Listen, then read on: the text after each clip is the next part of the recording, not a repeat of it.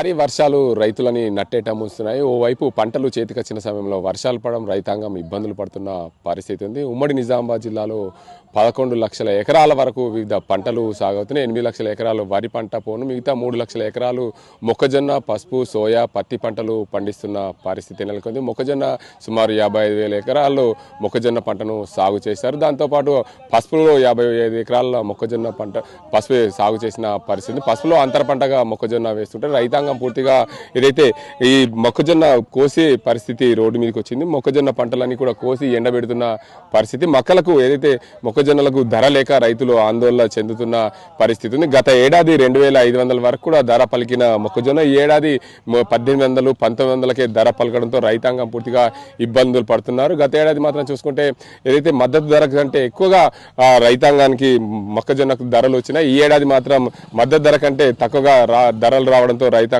ఇబ్బంది పడుతున్న పరిస్థితి. ఇటీవల కాలంలో రైతు జేఏసీ కూడా మొక్కజొన్న రైతులు పంటలను పరిశీలించారు. వారు ఆరబోసిన మొక్కలను కూడా పరిశీలించి చూశారు. దానికన్నా ప్రభుత్వం పైన ఒత్తిడి చేసే దిశగా ప్రయత్నాలు సాగిస్తున్నారు. ఇటు బీఆర్ఎస్, బీజేపీ పార్టీలు కూడా పూర్తి స్థాయిలో రైతాంగంకు న్యాయం చేయాలనే దిశగా ప్రభుత్వంపై ఒత్తిడి చేసే దిశగా ధర్నాలు చేపట్టేందుకు సిద్ధమవుతున్న పరిస్థితి నెలకొంది. పూర్తిగా రైతాంగం అయితే చేసిన పంటలు కూడా నష్టం వాటిల్లుతుంది. భారీ వర్షాల కారణంగా మొక్కజొన్న కొనుగోలుకు వ్యాపారస్తులు రావడం లేదని చెప్పి ఆవేదన వ్యక్తం చేస్తున్న పరిస్థితి నెలకొంది. ఉమ్మడి జిల్లా వ్యాప్తంగా చూసుకుంటే మొక్కజొన్నకు సంబంధించి చూసుకుంటే గత ఏడాది 2,400 ధర వచ్చిన ఈ ఏడాది మాత్రం 1,800, 1,900 కంటే ఎక్కువ ధర రావడం లేదు. కొనేవారు లేరు.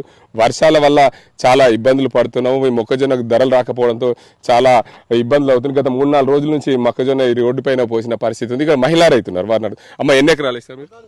2 ఎకరాలు. ఎన్ని ఎకరాలు ఎంత వచ్చింది దిగుబడి? దిగుబడి గంతే 30 క్వింటల్ అయితే 2 ఎకరాలకు. పోయిన సంవత్సరం ఎకరంకే 28-30 అట్లా వచ్చింది. ఈ సంవత్సరం మద్దతు అది దిగుబడి రాలేదు. పోయిన సంవత్సరం మద్దతు రేటు లేకున్నా కానీ 2,000 చిల్లర, 2,200, 300 ఉండే. దిగుబడి తక్కువ వచ్చింది, రేటు కూడా లేదు.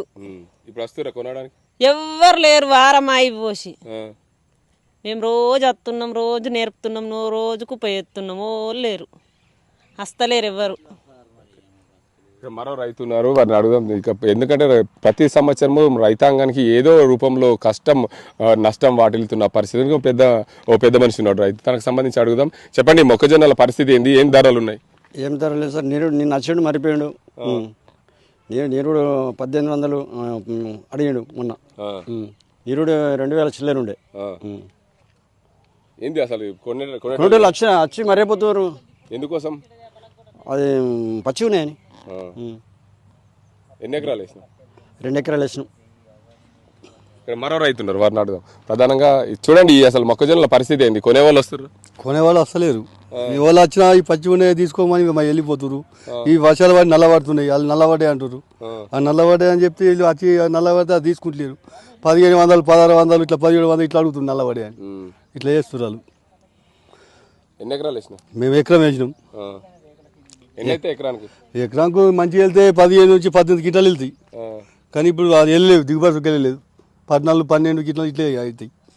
ఇక్కడ మరో రైతున్నారు, వారిని అడుగుదాం. ప్రధానంగా మొక్కజొన్నలకు సంబంధించి పూర్తి స్థాయిలో రైతాంగం ఇబ్బందులు పడుతున్న పరిస్థితి. రోడ్డు పైన ఆరబోసిన మొక్కలన్నింటి కూడా ధర లేక ఇబ్బందులు పడుతున్నారు. ఇక్కడ రైతు ఉన్నారు. ఎన్ని పేరు? ఏం పేరు? శివశంకర్. ఎన్ని ఎకరాలు వేసినావు? 2 ఎకరాలు వేసినాం. ఎన్ని వచ్చినాయి? ఏంది పరిస్థితి మొక్కలు? ఇంకొక 1/2 ఎకరం పూర్తా ఉంది. కరెక్ట్ టైంకు వర్షాలు లేకపోవడంలో దిగుబడి లేదు.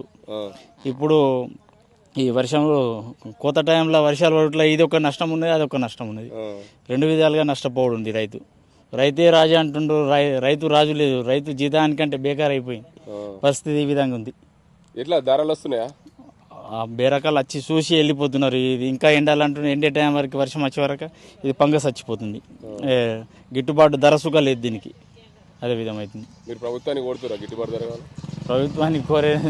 ప్రభుత్వాన్ని కోరడం జరుగుతుంది. మళ్ళీ అదేవిధంగా వాళ్ళు అకాలమైన టైంకి ఈ జోకడం జరగదు, ఇది తీసుకోవడం జరగదు.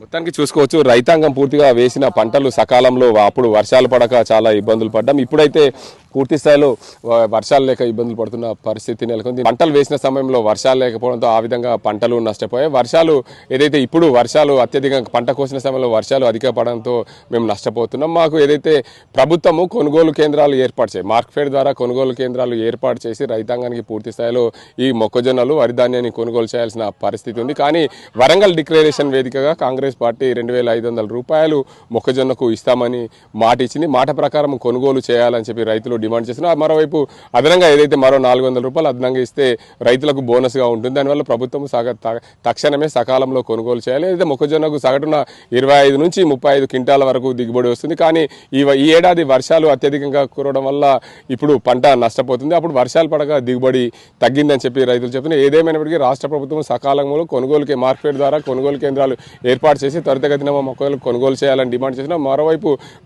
ఇతర పార్టీలు ఏదైతే బీజేపీ బీఆర్ఎస్ పార్టీలు కూడా ప్రభుత్వంపై ఒత్తిడి తెచ్చేందుకు సిద్ధమవుతున్నాయి. ఇటీవల కాలంలో రైతు చేసి ఆర్మూర్ ప్రాంతంలో మొక్కజొన్నల పంటలను పరిశీలించి రైతులను పరామర్శించారు. దానికి అందరికి సంబంధించి రైతులకు ఏదైతే మద్దతు ధర ఇచ్చే విధంగా ప్రభుత్వంపై ఒత్తిడి చేసే దిశగా రానున్న రోజుల్లో ఆందోళన చేపడతామని చెప్పి రైతు సంఘాలు రైతు జేఏసీలు చెప్తున్న పరిస్థితి. అసలైన తొలి వెలుగు. ఫాలో వాట్సాప్ @తొలి వెలుగు official.